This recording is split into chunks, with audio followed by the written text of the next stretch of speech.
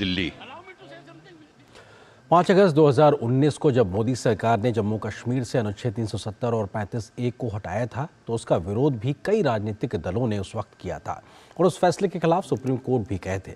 देश की सर्वोच्च अदालत की 5 जजों की संविधान पीठ में हुई सुनवाई के बाद पीठ ने सरकार के फैसले को सही पाया और संविधान के दायरे के बाहर किसी प्रकार की अनियमितता नहीं पाई।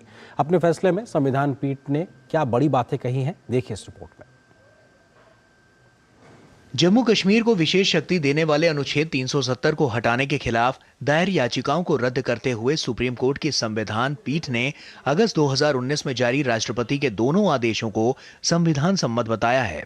भारत के प्रधान न्यायाधीश DY Chandrachud, justice Sanjay Kishan Kaul, justice Sanjiv Khanna, justice BR Gavai और जस्टिस सूर्यकांत की बेंच ने कहा कि आर्टिकल 370 एक अस्थायी प्रावधान है। जम्मू कश्मीर को आर्टिकल 370 के तहत विशेष दर्जा खत्म करने का सरकार का फैसला संवैधानिक तौर पर सही है। जम्मू कश्मीर के भारत में विलय के साथ ही जम्मू कश्मीर ने अपनी संप्रभुता भारत को सौंप दी थी। जम्मू कश्मीर की संविधान सभा के 1957 में खत्म होने के बाद राष्ट्रपति अपने अधिकार का इस्तेमाल करके आर्टिकल 370 को हटा सकते हैं। भारतीय संविधान पूरी तरह से जम्मू कश्मीर पर लागू करने के लिए राज्य की सहमति जरूरी नहीं। पहले भी राष्ट्रपति ने 370(3) में दी गई शक्ति का प्रयोग कर संविधान आदेश जारी किए हैं। पिछले 70 सालों में इन आदेशों से जम्मू कश्मीर का भारत में संवैधानिक एकीकरण होता रहा है।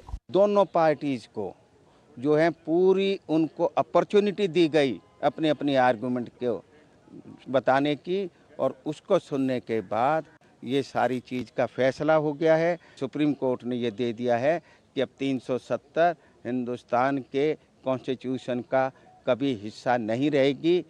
साथ ही कोर्ट ने कहा है कि जम्मू कश्मीर और लद्दाख को संघ शासित राज्य में विभाजित करने और जम्मू कश्मीर में राष्ट्रपति शासन लगाने के फैसलों की न्यायिक समीक्षा की जरूरत नहीं है। इसके अलावा कोर्ट ने चुनाव आयोग से 30 सितंबर 2024 तक जम्मू और कश्मीर विधानसभा के लिए चुनाव कराने को कहा है। विकास सारथी की रिपोर्ट, DD न्यूज।